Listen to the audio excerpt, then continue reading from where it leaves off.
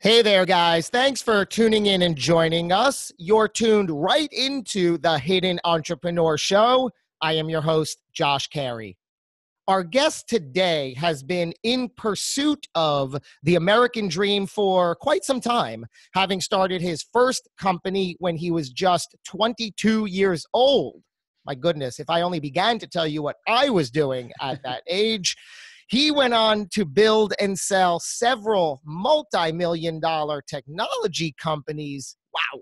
Winning both Inc. 500 and Best Place to Work awards along the way. Just a little mild achievement, I would say. He's also the author of several books, including the New York Times bestseller, How to Increase Performance and Profits Through Full Engagement. To make matters even better, he is a Forbes Leadership columnist and was named to the top 100 business thought leaders list by Trust Across America. There is so much here we are going to unravel and dissect. Please help me welcome our guest. It's Kevin Kruse. What's going on, Kevin? Josh, someone needs to give you a shorter bio. Like, that was ridiculous. No one wants to hear all that. Don't they? I want to hear all that. But I know exactly what you mean. And on that front, we started talking off air about some of these titles and awards, including the New York Times bestseller. What does that actually mean? And what does it mean to you? Yeah, well, that book was over 10 years old now. And before I got the New York Times bestseller, I didn't know how it worked. I thought it was important as I was starting out at that time, trying to build an audience of readers. I wanted to do, speeches, all this kind of stuff. And what most people don't realize is that New York Times list, it's a curated list. So it starts with, in general, if you can sell about 15,000 books in a week, you should have a chance to make the list. But they routinely put books, usually written by New York Times journalists, on the list that aren't selling that many copies.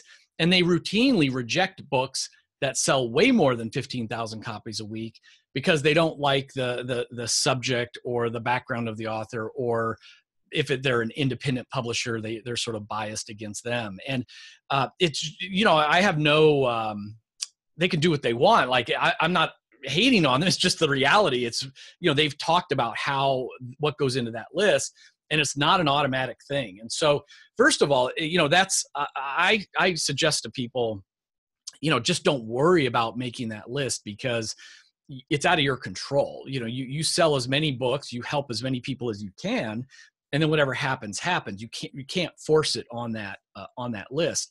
But even beyond that, I mean, I thought my world was going to change when I got that label, and nothing changed. When I hit the list, I got 2 calls from speaking bureaus, all of 2. One, I called them back, and they never took my call or returned the call. So that left 1. And they said, and they've got some very big name speakers they're representing even today, and they said, well, we want to represent you, but it has to be exclusive. You're not allowed to work with any other bureaus. It's got to be through us for a year. And I thought, well, no one else is even calling me, so what have I got to lose? Sure, you guys can represent me. And I'm thinking, here come these big speeches. I'm going to be on the road living the dream. And in 1 year, they booked me one $7,000 speech in Vancouver, which is a very nice place, although it's a very long trip from Philadelphia. And that was it. So literally, I make the list. I get one speaking bureau who gets me one speech in 12 months. I did not get any increase in any other consulting, coaching, speeches, or whatever volume. And the only thing, you and I talked a little bit about this, it's kind of an ego thing. Like, a third party has said I sold a lot of books for a week. The only thing that I think it is an advantage for me is it helps to open doors. So that was 10 years ago. I've done several other books. And when I want to interview someone, I think they're more likely to say yes to me asking them some questions if they know I'm a New York Times bestselling author as opposed to just an author. But other than that, it's never gotten me anything. And so, And I think also, Josh, like it was this way 10 years ago, but it's really this way now. So many authors, independent authors, sort of spike their sales on Amazon for one day. So they become the #1 best-selling book in, business consulting for dogs that have 3 legs or whatever, right? It's all these levels down. Yeah. And then they're like, I am a best-selling author. So everybody says they're a best-selling author. And I think the general reader, it's just a blur. It's like, oh yeah, they're all best-selling authors. Let me look at the title, cover, and I'll buy it or not buy it. So that's kind of my rant on that label. I love it. So you found yourself embracing this genre or niche of leadership, right? That's become your focus among maybe some others. Yeah. So you say that we are all leaders, and this is true in and out of the office, in and out of your role or your position. Tell me about that. Yeah, so that's sort of like the premise. The title "Great Leaders Have No Rules" is from one chapter, but the real premise is that I believe leadership is a superpower, and I say that because leadership, if you boil it down, it's about influence. I've asked John Maxwell, leadership in a word. He says easy, influence. I've asked Ken Blanchard, what's leadership in a word? Easy, influence. When you realize it's about influence, you realize it's like the concentric circles where it starts with self-leadership. How are you leading yourself? How are you influencing yourself for health, wealth, love, whatever? And then how are you influencing those around you, your kids, your spouse, your friends, your community? And then, of course, at work, that's how most people think of leadership. How are you influencing your team members and those around you? And so when you realize that leadership it starts with the self, and it's all about maximizing influence, then you're like, wow, if I can really nail leadership, my life will change. Other people's lives will change. It's inevitable. So that's what kind of got me. And I used to be a horrible leader. That's really why I latched onto it is my first companies crashed and burned. I didn't know how to lead. I didn't understand the power of leadership. I wasn't very mindful of it. But as I've become a stronger leader, then the businesses have done better and better, over now 30 years. Wow. I want to dig deeper into, I love the concept of it all starts with leading yourself first. And I want to take this out of the workplace. Like you said, I have 2 adorable children, a 5-year-old daughter, 3-year-old son, that I always give shout outs to, because really they're responsible, whether they know it or not today, for helping me become the person I am and continue to be. And I want to see how I can apply this whole leadership aspect that you're talking about, leadership first, to my family, to my environment, and then see it grow from there. So you started talking about this. Is it about being the healthiest you can be physically, mentally, spiritually, emotionally, and going from there? Is that how you lead yourself?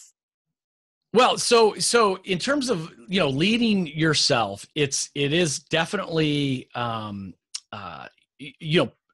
putting your best self out there. But you said, let's start with family. And that's where you can really see the impact and why I say you're leading, whether you want to or not, because you're influencing. Correct. I talk about, in the book, they did these studies, and this gets a lot of parents mad. I get hate mail on this, but there's good research that shows families who eat dinner 4 nights a week or more with their teenage kids, those teenagers are less likely to experiment with drinking and drugs. They're less likely to have risky sexual practices.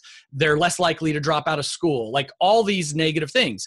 But what's the flip side? If you're not having dinner with your teenagers 4 nights or more, they are more likely to do drugs. They're more likely to be sexually promiscuous. They're more likely to have struggling in school. So you're leading in one direction or not. Most people think that like leadership is when I take action and do this, and if I choose not to, I choose not to. But that's called the bystander effect. Yeah.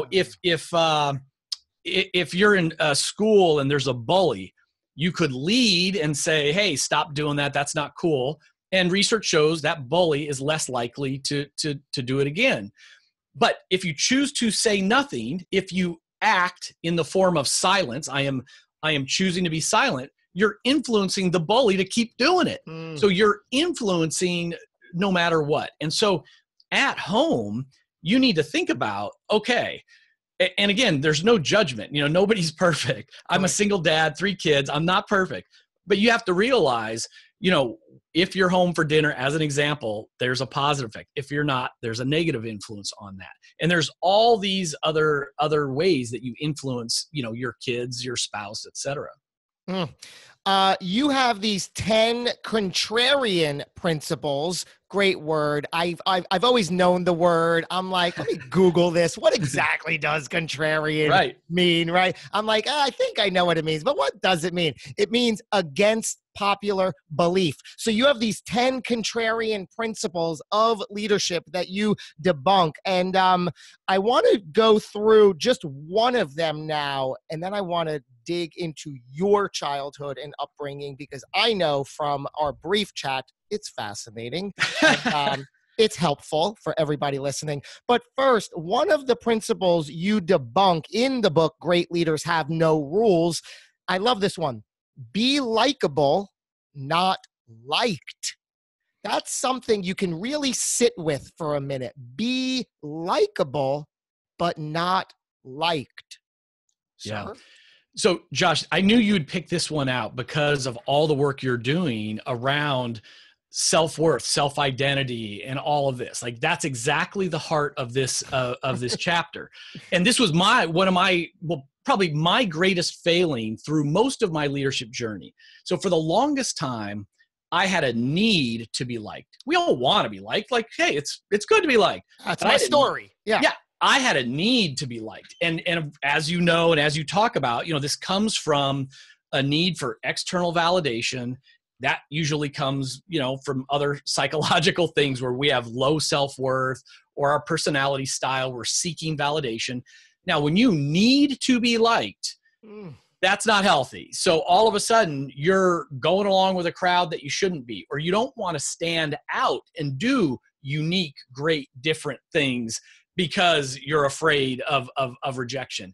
As a leader at work, it's really a big problem because, for example, being someone who had this need to be liked, I was the popular boss. I was everybody's friend. And I sold it to myself as like, oh, I'm not the boss. We're just in different roles around here. We're all equals. I'm a modern, young, hip boss, right? Okay, here's the problem with that. One, slow decision making. So if you're trying to make a decision to grow your business and do something different, when you got 50 people in your company in the early days, I'd have to what's the decision that everybody's going to agree with? 'Cause I don't want anybody to be mad at me, right? Wow. It's impossible. And it takes 6 months. It's like, what is going on here? The second thing is you withhold feedback to others. So if you reported to me and I don't know, you were coming in late 5 days in a row and your people are like, what is going on with Josh? Something's going on. I'd be like, you know what? I need to talk to him about that. Like, he can't be coming in late 5 days in a row. Something's going on. I got to talk to him about it. But I don't want to bum him out. I don't want to make him mad at me. He and I go way back. I went to his wedding. This is so awkward. You know what? I'll just jot a note and talk to him at his annual performance review because it's only 10 months away. So you just withhold this feedback. And so what I later learned was by some great, some great books, Brene Brown's work, from some personality theory. I found out I'm high in agreeableness, all this kind of stuff. It's like, hey, people want feedback. They don't need another friend. They need a leader. They need someone who's going to grow the company, and they need someone who's going to help them to grow in their career. If I don't tell you anything about your performance for a month, you're just thinking like, does Kevin even care about me? Am I even on his radar, or is he checked out? Why isn't he helping me? Why isn't he coaching me to my greatness? He's not telling me anything. All that time, I was just withholding feedback because I didn't have the courage to be disliked, to say it like it really was. So that whole idea is, look, don't be a jerk. Like, be likable, but be unattached to whether you are actually liked or not. And you made such a great point within that, which is while you think you are holding it back because you don't want to rock the boat or cause any conflict, the other person needs you to give that feedback. So you're doing a huge disservice and you are not going to be disliked. That's the whole humor and irony through all this. You're actually going to improve the connection. The relationship's going to be stronger than ever before. Literally, right? Yeah. Yeah. Wow, so much, so many good things here. I want to put this list aside for a minute. And like I promised, go back to, I got to know all about this. I mean, we're going to see along the way, you bought and sold multi-million-dollar companies. Really cool. I'm always intrigued on, what traits and abilities led up to that. You also admittedly failed over and over and over again in companies, your companies, from hero to zero, as that silly saying goes, right? So let's go back to Kevin Kruse at the beginning.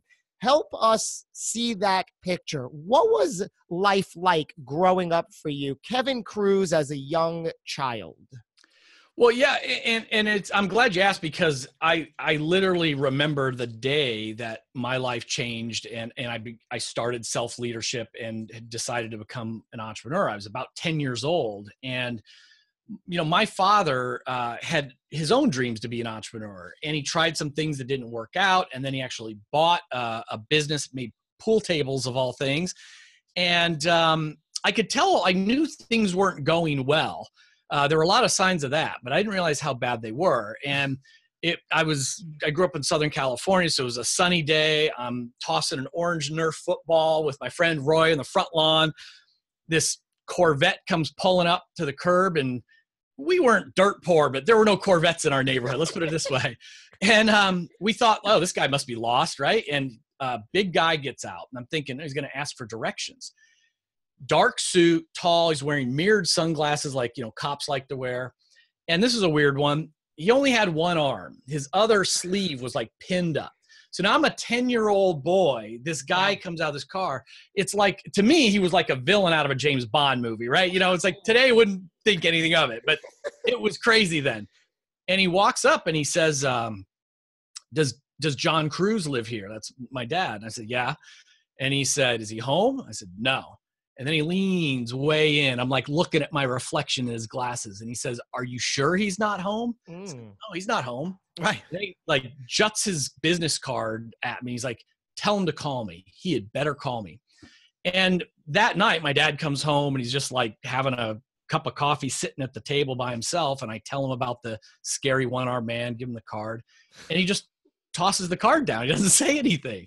I'm like, Dad, like, what is going on? And he said, we're out of business. They want money. He's looking for money. And I said, you going to call him? And he says, no. And I said, well, aren't you scared? And he says, I'm not scared because there's nothing left for them to take. And that's when I realized that my dad had lost everything through this business. And within a couple of months or so, we would literally move out of the house and go rent on the other side of town.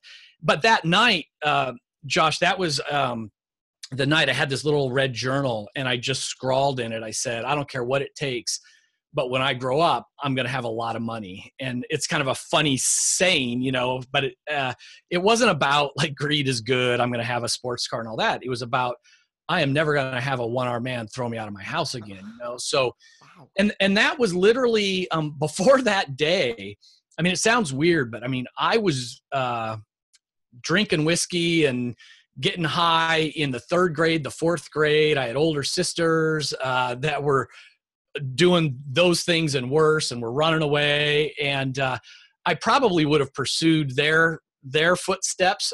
They're older and turned out fine, so it's a happy story. But that day, like that one-armed man, it was it. I mean, I changed my friends. I became a high B, straight A student. Became the first kid in my extended family, first person in my extended family to go to college, work my way through college. And it really was from being age 10 on that day into my 20s that I learned self-leadership. How do I get the focus and the attention and the work ethic and the goals and the purpose to really sort of break off of a path that wasn't going in the right direction and stay on one that was going in a good direction. So, I mean, most entrepreneurs, I don't think they don't really know why they're an entrepreneur. But I mean, I knew at age 10, I had to be in order to just get some financial independence. Wow. If I could, I want to go back even further, dissect a little something you brought up. If I heard this all correctly, so at 10 is when the one-armed man entered, Yes. and things changed in that direction. But you said prior, for at least a year or two before 10, you were already engaged in the lifestyle of drugs and alcohol? Yeah. I mean, and I don't know, how old are you in like third grade? But I mean, that was 9. Yeah, that's really when it would be. And it was, I mean, it sounds extreme, although this was California in the 70s. So I don't know how extreme it really was. But like, again, having lived it didn't seem like a big deal. But basically, me and my, druggy friends, we would know. We all had them.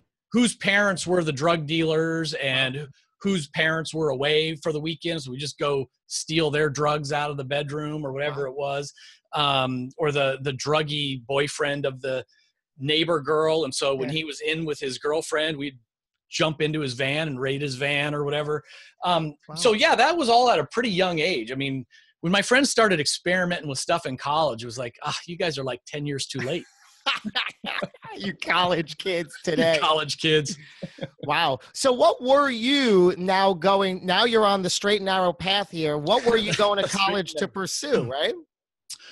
Well, I didn't know. I mean, I had a great teacher in high school who said, listen, you should go to college. It's a good thing to get your degree and, go to a college that you can work your way through, get some scholarships or whatever. And I did that. And I graduated with an economics and history degree from a state school, Rutgers in New Jersey. But I've never home state. Love it.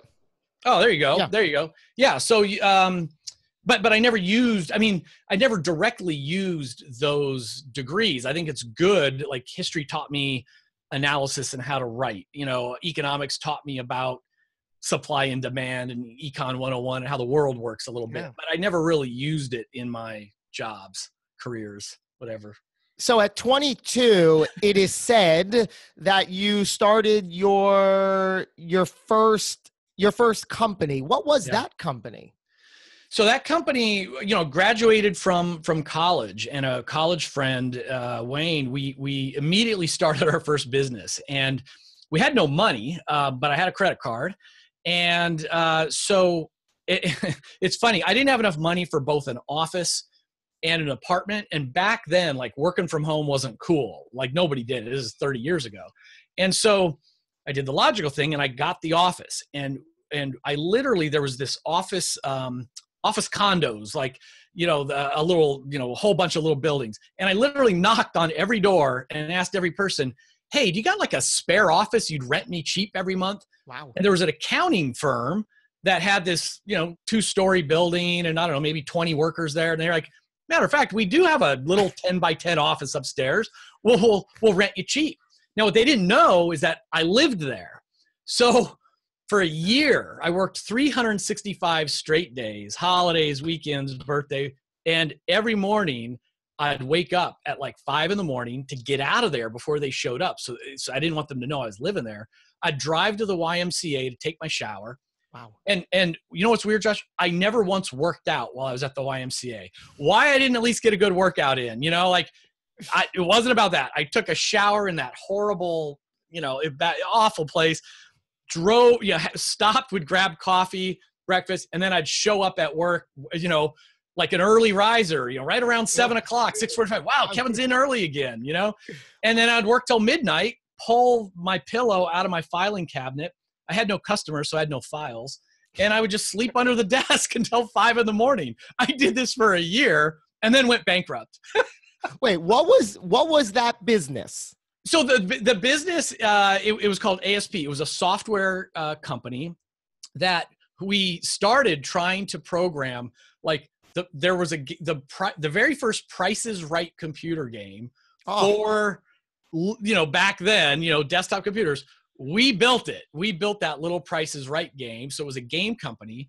but it was a disaster. And then we tried to, this was the early days of PCs, Michael Douglas, we're like, oh, forget software. We're in the hardware business. Let's build some computers. And if there's a theme here, among many others, we had no focus, right? We didn't know what we were doing. We were 22. We were 22 with no money and no connections. So it's like, hey, let's build a computer game. Oh, wow, they didn't pay their invoice, and now we're screwed out of the money. Oh, that stinks. Let's build computers. We hear like some guy named Michael Dell's building computers. Let's try that. Oh, nobody's buying our computers. We like sold 3 of them. Let's try computer consulting. And we were teaching lawyers how to put computers in their law office. Well, that totally stinks, right? So it's like tried all kinds of stuff. And at a year, it was like, we give up. And my partner ended up like driving to California, like escaping from New Jersey. And I ended up getting a job, for about a year, just long enough to pay off the credit card debt. And then I started another company. So crazy times. What was your family thinking? What was your connection and relationship to your family at this point? You alluded to the lifestyle of your older sisters, sure. Pick up where your father now went from, the decline with the one-armed man. Yeah. Well, and that was when that business went down and everything. So my sisters were older and they got out of the, were out of the house doing whatever they were doing. And my dad having no money, got a job offer he couldn't refuse in New Jersey. So we moved from California to New Jersey as I was going into my senior year of high school. That was another fun year. And then, so then out 5 years after that, I'm doing the business, and pretty universally, everybody thought that I was crazy. And I think, my father wasn't so overt. Most of the people that I loved were overt, like, why are you doing it now? Or why don't you become a lawyer? Or nobody got it. And my father, I think, got it because he always wanted to be an entrepreneur. Like he knew where it came from and he could relate to it. I don't think he thought like, well, this is weird. Like, what's he going to do? And I was grateful because there was then for my third company, I guess it was my third company, there was a time where, I went to him for, some money to help with the business at one point, and he gave it to me and I paid it back. And I think he was surprised when that third company ended up selling it when I was 30 for a couple $1 million and all that. And I think he was surprised that it worked out that way. I think he did tell me that I had gotten lucky, which didn't feel great at the time that I heard it. I've been able to do it a couple more times. So I might just be really, really lucky. But he was definitely one of the more supportive people, in his own way, seeing me do it. But it's even now, I mean, it's like, with the newest business, I purposely put everything that I have accumulated to age, I started this one at 49 into it. And it's all at risk right now. And I think, my siblings, everybody are wondering like, well, why don't you just retire? Why don't you just enjoy life? But that's not what I want to do. Wow. So this, you sort of in passing said, yeah, I sold my third company for a couple mil. NBD. Right. Was that the first success, quote unquote, of the journal at age 10 that I'm going to have my own money? Was that the realization of that? Yeah. So literally when I started, as an entrepreneur at age 22, I did the classic goal setting thing. And I wrote that I will have $1 million by age 30, very specific time bound kind of thing. Now at the time, well, it was a lot, $1 million was worth more 30 years ago. But at the time, coming from a place kind of lower middle class, I mean, growing up, I didn't know, I never met anybody in the neighborhood that was like a doctor, a lawyer, a business person, so to me, I thought, how can having $1 million not be enough, quote unquote. Right. And still today, that sounds kind of weird that $1 million isn't enough. But of course, depending on your lifestyle and what you do, if you got $1 million at age 30, doesn't mean you retire and stop working, right? So I didn't really realize what was going on. And Josh, here's the crazy thing, but I didn't understand it at that time. I achieved the goal. So age 30, sold the business for a couple $1 million. Great. High five. And yet the biggest mistake was like having that goal so small and it being a fear-based goal. So remember, like, what was I doing? I was trying to defeat the one-armed man. Now, again, I can understand that now. I didn't understand that then. And so that means you're waking up every morning at 5 o'clock in the morning and you're scared. You know, it's like, I haven't achieved, like, I don't have the armor and the weapons I need, and I am at risk. If you haven't yet achieved your goal and you don't know if you feel like a failure until, because it's like, it's binary. I got the goal, I didn't get the goal. And so I got there, but it just about killed me and certainly had a huge negative impact on health and relationships. I mean, it was the only goal was financial, and that put everything else at risk. And looking back, like, I think if I had set perhaps a goal or at least an intention, that's okay. But if I had balanced it with some other areas of my life, like giving back, relationships, health, I think it would have been a more enjoyable journey. And I think I would have gotten there faster. If I had been healthier, I would have been more strategic and creative, and maybe people would have wanted to be around me more. If I'd gotten more sleep, maybe I would have been better on those sales calls. All of these things, if I had come from a place of giving and making an impact, maybe I would have attracted better employees who would want to sign up for that journey. Not, I'm just going to get paid by this guy who's trying to become a millionaire. So yeah, I got the goal, but it was not fun, and it was not the right way to do it. And isn't that ironic? Because on paper, the outsider might say, wow, that's amazing. I want that. So what's so intriguing is that this is called the hidden entrepreneur. And the way that came about is because I found myself hiding behind fear for all of these years, and only recently was able to say, forget that, no more of that, and I'm going to change things up. For you, talk a bit about what those years of quote unquote failure was like, what they did to you, and how you processed it. How did you get yourself through it?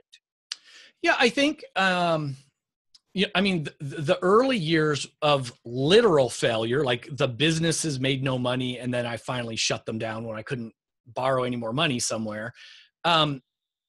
It stunk, but I was so focused on that goal that to me, it was always like, okay, this stinks. I'm going to have to save up some money and then try again. And then if that doesn't work, I'm going to try again. To me, there was like, I don't know what I would have done if I had turned 30 and not succeeded. Like there was only one path. I mean, I had burned all the other bridges. Now my partner at the time and others, I think, had more of a problem, like peers, like failure, like admitting to people like, oh yeah, we just went out of business. Oh yeah, we don't have the office anymore, or we failed. I've never really had a problem with telling other people that, and for whatever reason, but I think it was more, the failure, the more subtle failure was on the way to success from age 25 to 30. It just felt horrible every day, depression and stress and emotional pain, just fighting to get to that finish line. Wow. It's like, you've got to get there, and it stinks. I'm in mile 20 of the marathon or whatever it is. I'm not a runner, so I should not use marathon analogies, but, it just stunk. But so I didn't have any good tricks. Like, oh, it was easy. I eat healthy and drink lots of water and get 10 hours of sleep, and then I got through. No, it just stunk. But I was so going to try that goal. I was just obsessed with it. There was nothing else I was going to do. So are you, I think I heard an age, you're 49 or something? I'm 51 right now. Yeah. You're 51. So from 30 to current, are you as healthy and appropriate for your own needs and goals as possible? Oh, well, yeah, I'm a totally different person now. I'm totally zenned out most of the time. Any startup will, push some buttons. But it's, to me, it was when I sold, I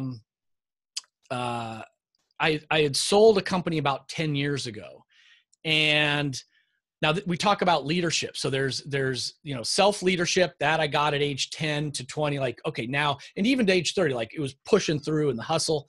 And it was only when I learned to lead at work that those businesses then started to take off. Interesting. But I'll tell you what I didn't think about. I wasn't thinking about leading in the wrong direction at home. And when I sold the last company, it was about 10 years ago. This is for the biggest amount ever from the previous ones. So this is, like hitting the lottery, life-changing amount. Good. And when I started that business, my wife didn't want me to do it. And she's like, gosh, another one, like, the hours, the stress, why are you putting at risk what we've saved? And she said, listen, I'll support you doing it if you've got to come home every night at 5:00 to eat dinner with the kids. You got to sit down on the couch with me from 9 to 11 because that's our time. Wow. You cannot work on the weekends, blah, blah, blah. And I said, okay. And then that's what we did. And then the day I sold the business, you have a big powwow. I sign the papers. They wire money over into the account. I drive home and it's like, so this is 10 years ago. And I say to my wife, it's the big day, right? I'm like, I want to see that the money's in the account. So she pops open the laptop and she's looking down, dialing in at it. And there it is. I mean, it's like life-changing amount of money, millions of dollars. And I'm thinking like, oh, wow, it was, that business was also 5 years before I sold it. I'm like, all that work and the risk and the people that didn't want me to do it. This is awesome. It's like winning the lottery, but you feel like you deserve it. It wasn't just luck.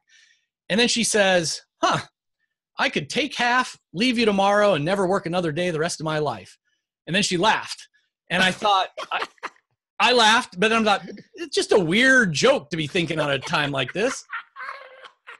I'm sorry. So Josh, say it again. She said, I could take half, leave you tomorrow, and never work another day the rest of my life. Go ahead. Okay. And she chuckled. 6 days later, she says, hey, we got to start working on this marriage or we need to call it quits while we're young enough to find, other people. 6 months later, we were separated. 6 months after that, she's engaged to the guitar player at church. Wow. So while I had mastered self-leadership, I had a lot of discipline. While I had mastered leadership at work, I had built and sold several multi-million-dollar companies. I didn't realize there's influence at home, right? And so now I was there for dinner. She had her rules. Yes. You got to be home for dinner. You got to sit with me on the couch. No working on the weekends.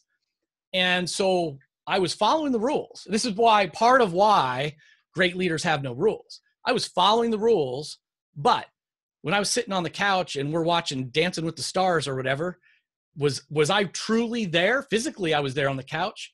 My mind is racing about all the things at work I still got to do and how much I resent sitting here on the couch watching Dancing with the Stars, right?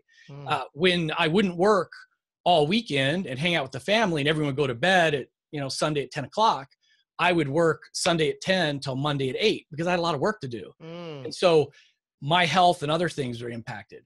So I didn't understand the problem with rules. She didn't either, obviously.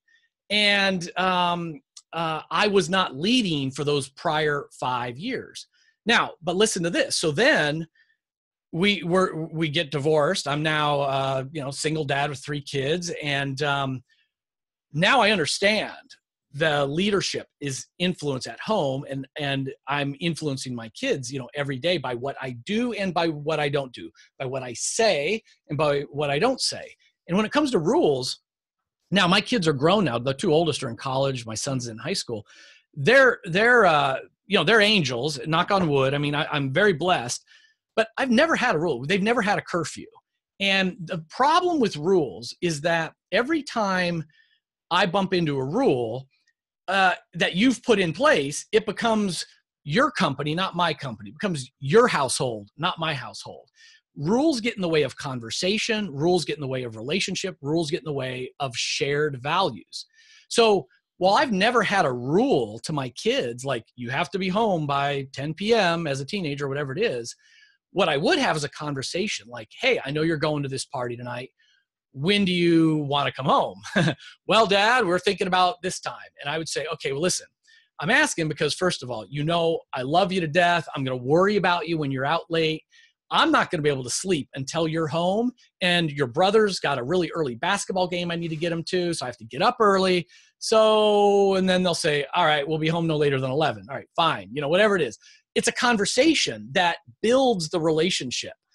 So that's where, but let's go back. You liked asking about childhood. So back when I was 10, right? So my dad had hard rules, and most people had curfews. It's not like this is unusual, right? Most people have curfews for their kids and were raised with curfews. But here's the problem. Now I was younger. So my dad had a curfew of 10 o'clock for my sisters.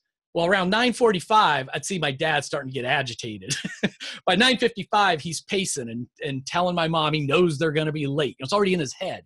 And then sure enough, it's 10:05 and my sisters come strolling through the door, and now he's screaming at them. So what do? They lie. Oh no, my watch says it's only 9:50. I didn't know my watch was slow. So now they're either feeling guilty or they're feeling like liars, one or the other. And all of a sudden, what this is about power. It's about respect. You came home 5 minutes late. This is the household rule. You're not respecting me as your father. You're breaking the rule. In their mind, it's all about it's dad's house. It's dad's family. It's not theirs. And so look at the difference between a hard and fast rule that one person kind of puts into place that then puts everybody like, it's black and white. You've hit it or you're not hit it, versus like shared values. Like, guys, we think being out till 10 o'clock is late enough because you need sleep. We need sleep. Bad things happen after, whatever it is. And then if someone comes home at 10:05, okay, it's good. It's close enough. Like, it wasn't about the rule. It's about loving each other and supporting each other and having everybody safe at a reasonable hour. It's a whole different thing. And it's the same in the workplace as well. Wow. So much here. Like I said, we could go on for 3 episodes. Looking back, because as you perfectly pointed out, I like talking about childhood. Right. It gives me a portal and an entrance into mine. Looking back on a version of your younger self, what advice would you give that person today? Well, it's exactly what we've been talking about. My advice would be, have the courage to be disliked. That if you are liked by everyone, it means you're not doing great things. If you are doing anything that's different, there will be people that don't like you. If you are changing anything, changing the country, changing a business, changing a neighborhood, there will be some subset of the population that disagrees with that direction or that change. They're traditionalists. So if you don't have a segment of people that are your haters, you're not mixing it up enough. You're not doing great enough things. I didn't understand that and realize that your self-worth, you don't need everybody to like you. You need like 5 people to like you. Does your dog like you? Do your kids like you? Do half of your family members like you? That's maybe a one best friend. That is enough. You don't need more than that inner circle to like you. That's a powerful soundbite. Rewind that previous 60 seconds. If you're listening to this, starting from have the courage to be disliked. I love that. And the whole concept of you only need a handful of people to like you. So valid, so powerful. Do you believe that everything happens for a reason? No. Tell me more. I don't think there's any divine hand guiding this stuff. I think that we have the power to add meaning and reason to things that have happened to us. And that is a big power. But it's our power. I don't think it's arbitrary or coming from another place. I love that. I agree with especially the part of it's our job to attach the meaning to any event, and that's in our complete control. It's a choice. It's a choice. Yeah. You sort of touched on this. The segue is now, are you spiritual or religious in any ways? Baptized Catholic, for years been bringing the kids to the local Protestant church. So a little bit of a mix on that side. For me, I feel more of a spiritual being, even when I'm inside of a church. And if anything, getting more so in terms of just the practice of pausing, at least once a day, hopefully more, and feeling in at one with, fellow man and nature, and realizing that there's just a lot more to life and the universe than chasing the dollar. What do you believe happens when it's all over, when our time here on Earth comes to an end? I don't know what happens. If I had to guess, is that nothing happens, and that I'm buried 6 feet down, and I'm not expecting anything to happen after that point. If it does, it's a bonus. Wow. All right. Well, I will leave you with this final question. Kevin Kruse, how would you like to be remembered? I just hope that people remember me, that, I helped a few other people out along the way. That's really it. I'm just trying to help others who want to achieve their potential, to give them a little bit of hope, give them a little bit of advice or helping hand. I wake up every morning and reflect on my personal mission, and I hope I make a difference in one person's life each day. Whether or not I do every day, I don't know, but that's my goal. Well, you can check off today, because personally, you've made a difference in my life. Absolutely. We could not part ways ending on the theme of leadership. You are wearing the shirt of your current business. It is LeadX. Tell us about that. It's an artificial intelligence company. Where are we going? So, there's lots of ways to learn about leadership, become a better leader. Hopefully a book is a starting point, but the most effective is having a coach, having an executive coach to help you develop. The problem for a lot of people is that a good executive coach can be quite expensive. So at LeadX, we created the first digital executive coach built with IBM Watson artificial intelligence. So now anybody that's got an iPhone or an Android phone can download an app and get their personality diagnosed, get some training on how to be a great manager, how to give feedback, how to be a better leader, through what we call Coach Amanda, but it's really the Watson powering it in the background. Wow. And how long has it been up and running? This is our third year. We're in our third year. Oh, wow. All right. Well, all the best to you. And certainly, thank you, Kevin Kruse, for joining us today. Spectacular, fascinating human being. Josh, this is my pleasure. I do a lot of these, and this was a great conversation. You made it special. I appreciate it. Likewise, and I certainly appreciate everybody tuned in today, whether the live broadcast or the replay. Thank you for spending your time. It means everything. If you got anything out of this, don't keep it to yourself. Take one small action, one step forward, and do something. Put something good for yourself and for others into the world. We're going to try to do the same with another episode not too far behind. Until we do, thank you for tuning in. Go get 'em.